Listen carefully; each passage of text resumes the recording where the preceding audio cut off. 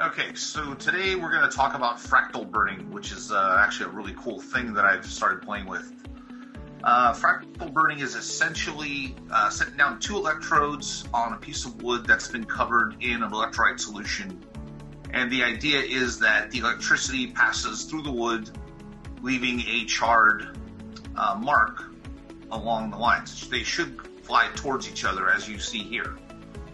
A couple of safety things I want to talk about real quick before we jump into the really cool stuff.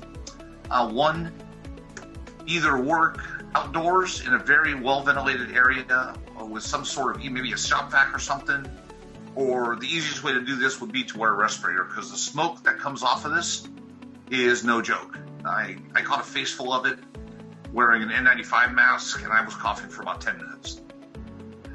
The other thing for safety is we never want to touch the electrodes together for obvious reasons. And also, if you notice, the electrodes are round. So we never want to set them down on the workpiece. The machine itself has insulated slots where those go.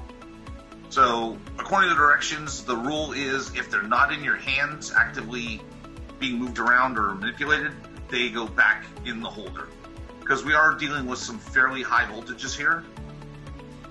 So we talk about the electrolyte solution.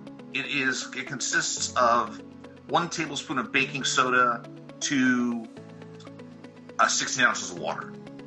So what that will do, you get the wood wet, and that provides the conduit for the electricity to go through. And you can also dictate where the fractal goes by how you apply the solution. And it's kind of like Goldilocks. There's such a thing as too dry and such a thing as too wet. Either one doesn't work very well. Once you hit that sweet spot, you end up with the fractals like this. So what we're doing here is we're scrubbing out the char from the fractal burns, because if you don't, you try to sand it, the char apparently stains the wood and it's almost impossible to get off. And then once you had all your fun, you end up with something that looks like this.